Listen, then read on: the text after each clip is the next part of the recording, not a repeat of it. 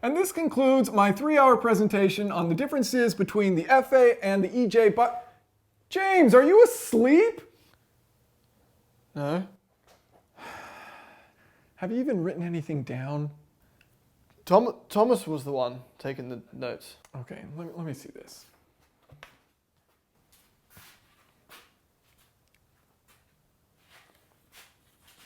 This is a dinosaur. Well, I mean, I just drew an EJ engine.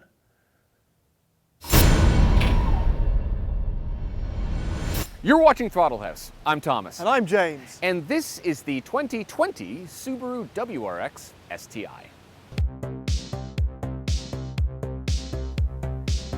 Yes. 2020. And in fact, this is the swan song for the STI in its current form. That is, it is the last iteration before it becomes completely redeveloped on a new platform with a different engine. Some may say good riddance, some may shed a tear, but our goal today is to answer an actual question. Do you buy an STI in 2020, or do you wait for the new one?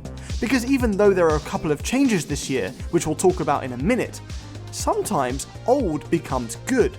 And we want to know if the STI is value for money by today's standards, and do those extra 3 letters still earn the price bump over a run-of-the-mill WRX? Because as it always has done, the STI keeps its motorsport-derived drivetrain with an electronically controlled center differential and mechanical LSDs in the front and the back, so you can call a McRae every corner on the way to work. It also keeps its aging EJ engine, the earliest version of which dates back to, well, 1989. That's before James was born. Thankfully, it's been modified quite a lot since then, so this final iteration is making 310 horsepower and 290 pound-feet of torque. But the fact remains, this is still a bit elderly. So we want to find out today if the STI should remain on your list. If you're new to Throttle House, we do car reviews, track tests, and quite a lot of messing around. So subscribe and hit the bell. STI 2020, let's go. Alright, here we go.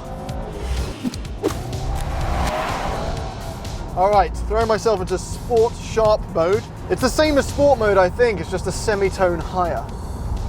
That might not be true.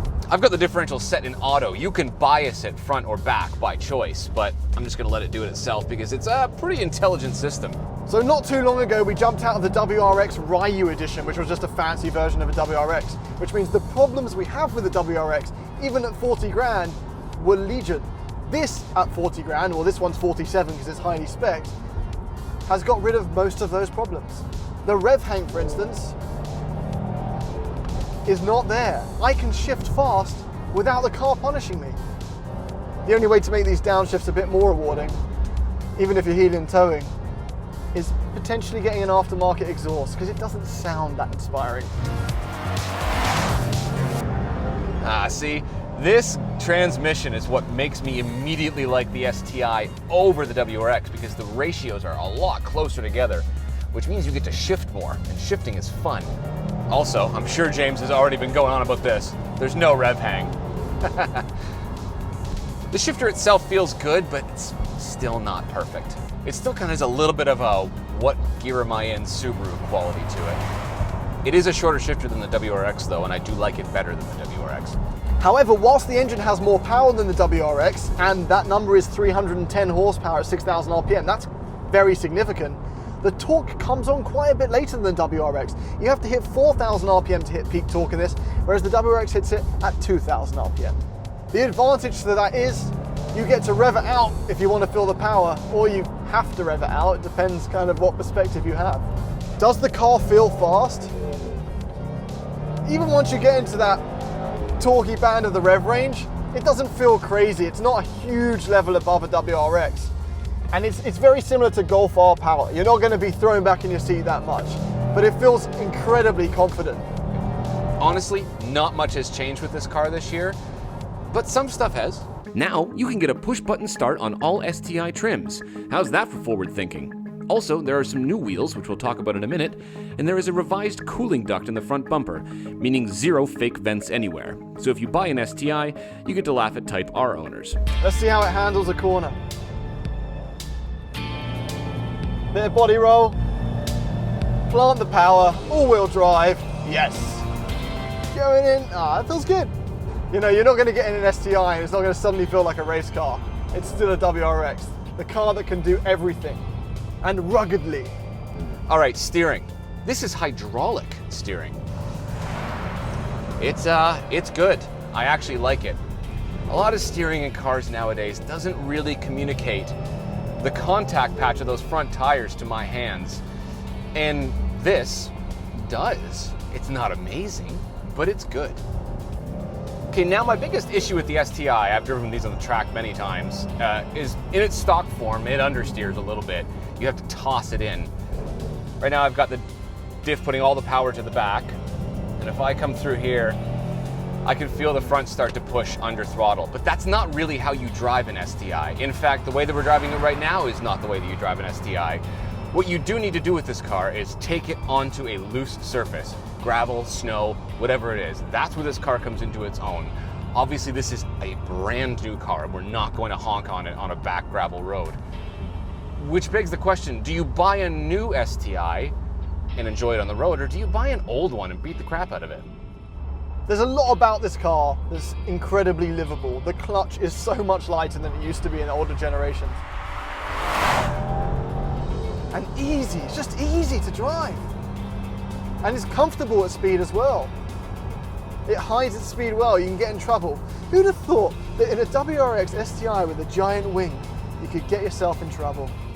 James was talking about livability. One of the things that makes this one of the most livable sporty sedans for me is the visibility. I feel like I'm in a fishbowl. These secondary windows up front make that blind spot gone, and this is really, it's actually really nice. Your rearview mirror is cut in half by the rear wing, but that's cool. The Civic Type R might be more fun and faster on the road or the track, and the Golf R definitely is more refined, but neither of those cars can touch this when you roll onto the gravel or the snow. So for Canada, this is a really tempting option.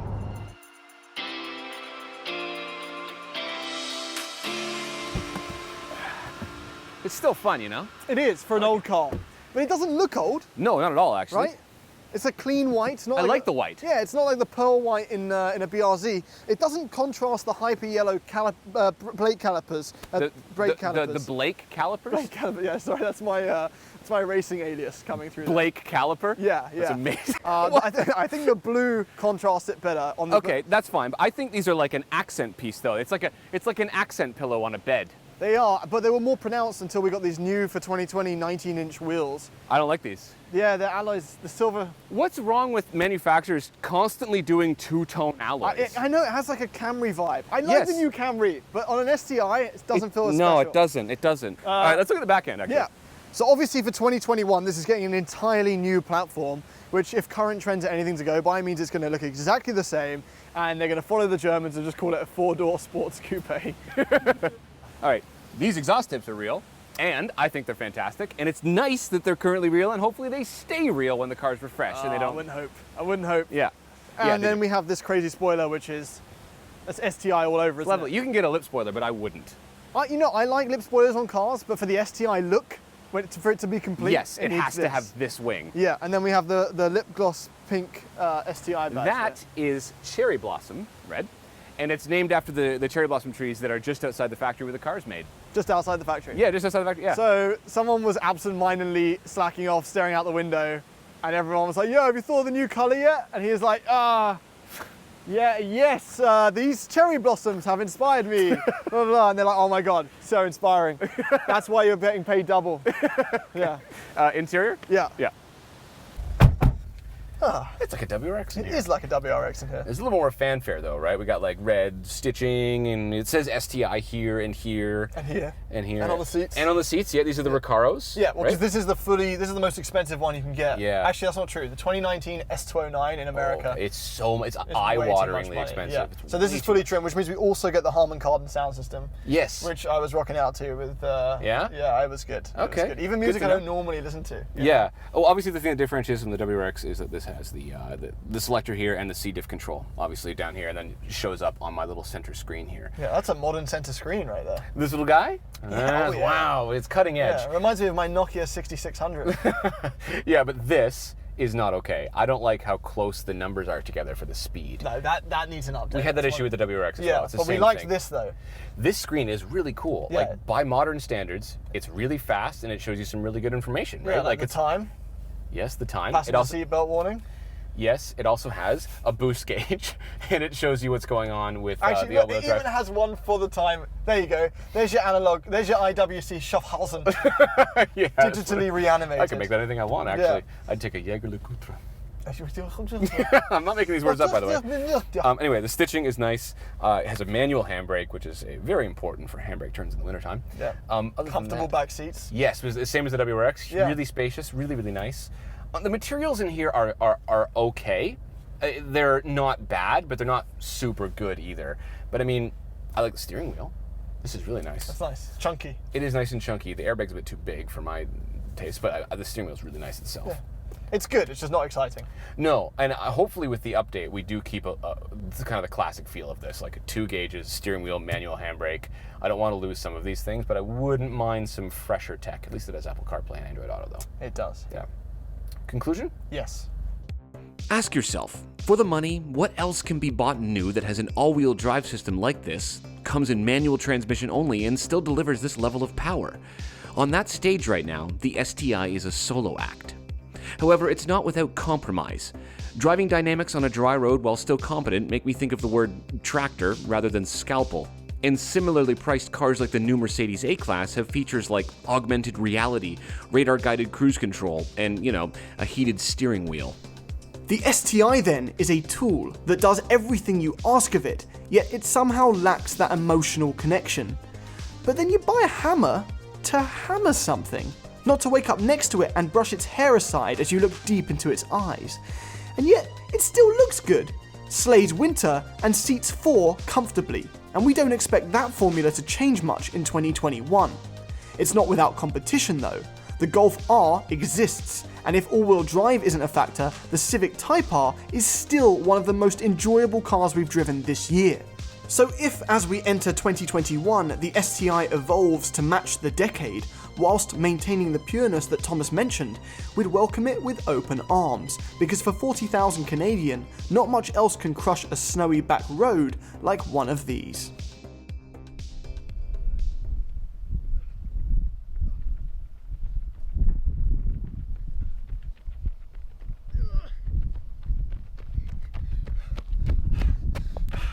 Thomas asked me to tell you, don't forget to subscribe.